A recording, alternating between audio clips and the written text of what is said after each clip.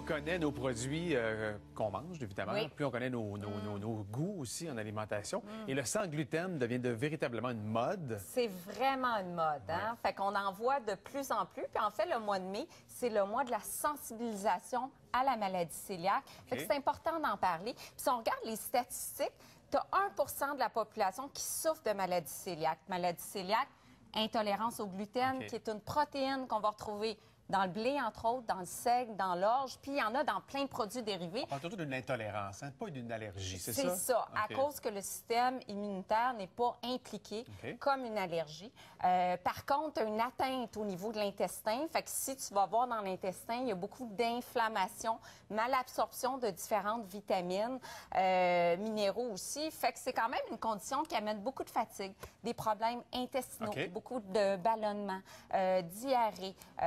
Donc, ça peut être des migraines chez certaines personnes aussi. Donc, beaucoup de problèmes. Qu'est-ce que tu fais? Ça prend un diagnostic médical. Donc, tu fais un test sanguin et là, tu mesures des anticorps. Et après ça, tu vas confirmer le diagnostic par une biopsie intestinale. Ça, c'est 1 % de la population.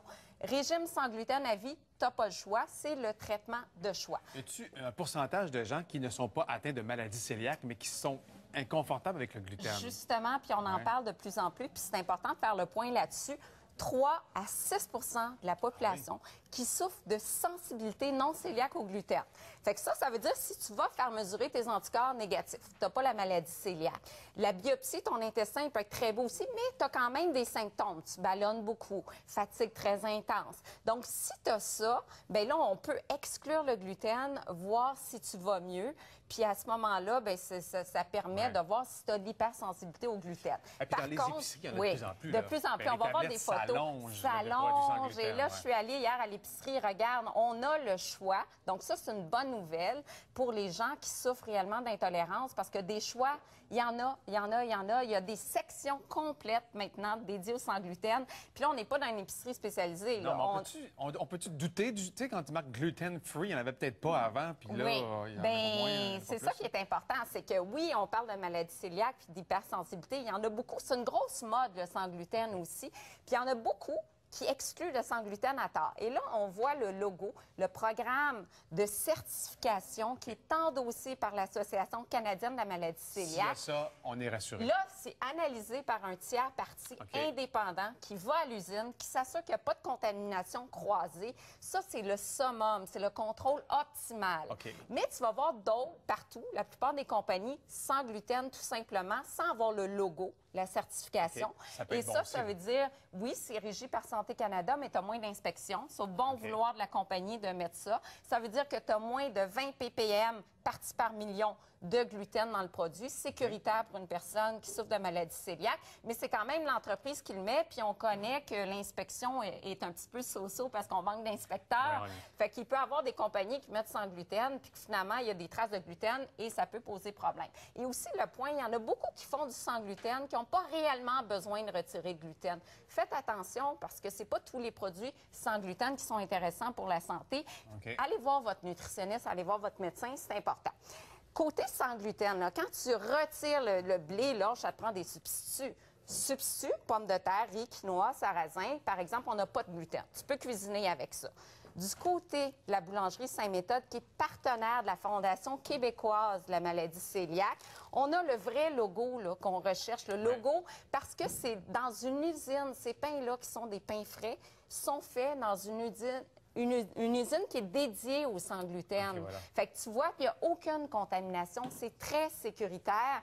Et tu vois ici, d'ailleurs, il y a 25 sous qui est remis à la Fondation. C'est une miche de pain frais. Donc ça, c'est intéressant. 28 jours de conservation en multigrain ou en farine blanche, farine de riz à la base. Vraiment 2 compartiments sous vide. Donc, hyper intéressant parce que souvent... si t'es le seul à manger du sans gluten, ton pain...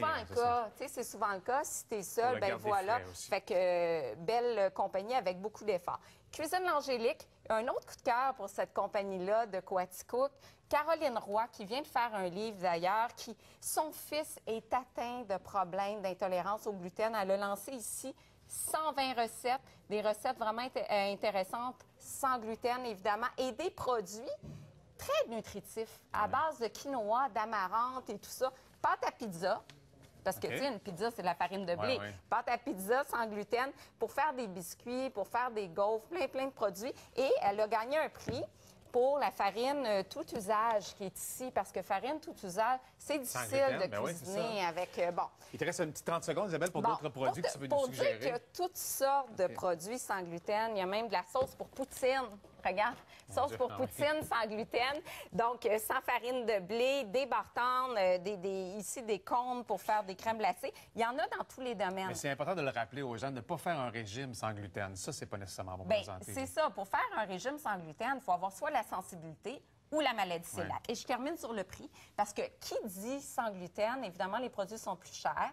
Combien plus cher? J'ai analysé, par exemple, 2 boîtes de céréales pour le même format, 360-365 grammes, entre 20 sous et pour les pâtes, 44 sous de différence pour 100 grammes. Donc, ça peut aller jusqu'à 2 fois plus cher pour un sans gluten si vous n'avez pas d'intolérance. Petit budget, c'est pas nécessaire de retirer le gluten. Fait que c'est la conclusion. Merci Isabelle pour toutes ces précisions ce matin. J'espère que vous allez bien tout le monde. On a tellement un beau mardi en plus. Hein? Oui, c'est beau. Ça fait du bien. Commence à faire chaud là. Oui? Mais non, je blague. Tu te plains.